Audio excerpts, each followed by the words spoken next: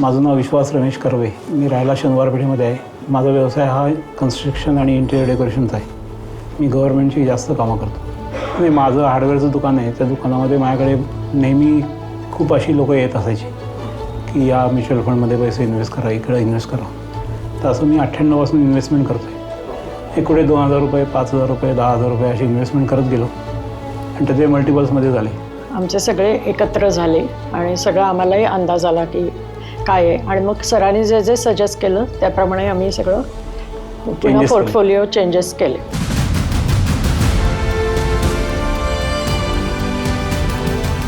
Business असल्यामुळे जसे पैसे जमतील तसे आम्ही इन्व्हेस्टमेंट करत होतो. प्लॅनली सगळं करायला लागलो.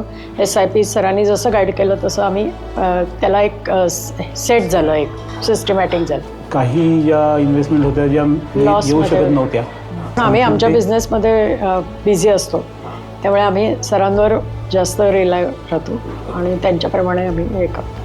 तेव्हा त्यांनी आम्हाला सांगितलं ते आमचं जास्त इन्व्हेस्टमेंट ही बँक सेक्टरमध्ये होती. तेव्हा त्यांनी 3 वर्षापूर्वी सांगितलं की बँक सेक्टरमधलं काही पोर्शन हा कट करून दुसरीकडे डायव्हर्सिफाय करतो. तसं केल्यानंतर आमचं म्हणजे मेजर लॉस झाला नाही. आणि त्यांनाही काही फॅक्टर्समध्ये चेंजेस करावेसे आम्हाला वाटले, त्यांना वाटले स्वतःला, तर ते आम्हाला बोलवतात वेळोवेळी आणि गाईड करतात की ते आम्हाला अप्रोच करतात आणि त्याप्रमाणे आम्ही पुन्हा त्यांना सगळ्याला परवानगी देतो की चेंज करावा. फॉलो बसतो आणि त्या न कंटाळता सगळ्या प्रश्नांची उत्तरं देतात.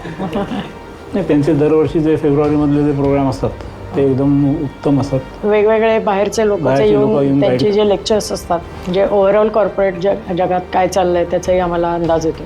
आणि आम्हाला बिझनेस असल्यामुळे आम्हाला आमच्या भविष्यासाठी म्हणूनच ही सगळी तरतूद आमची चाललेली आहे. आम्हाला पेन्शन नाही आहे त्यामुळे आम्ही काम करू तितके वर्षाचं आहे. त्यामुळे रिटायरमेंटसाठी आमचं हे सगळं प्लॅनिंग आहे.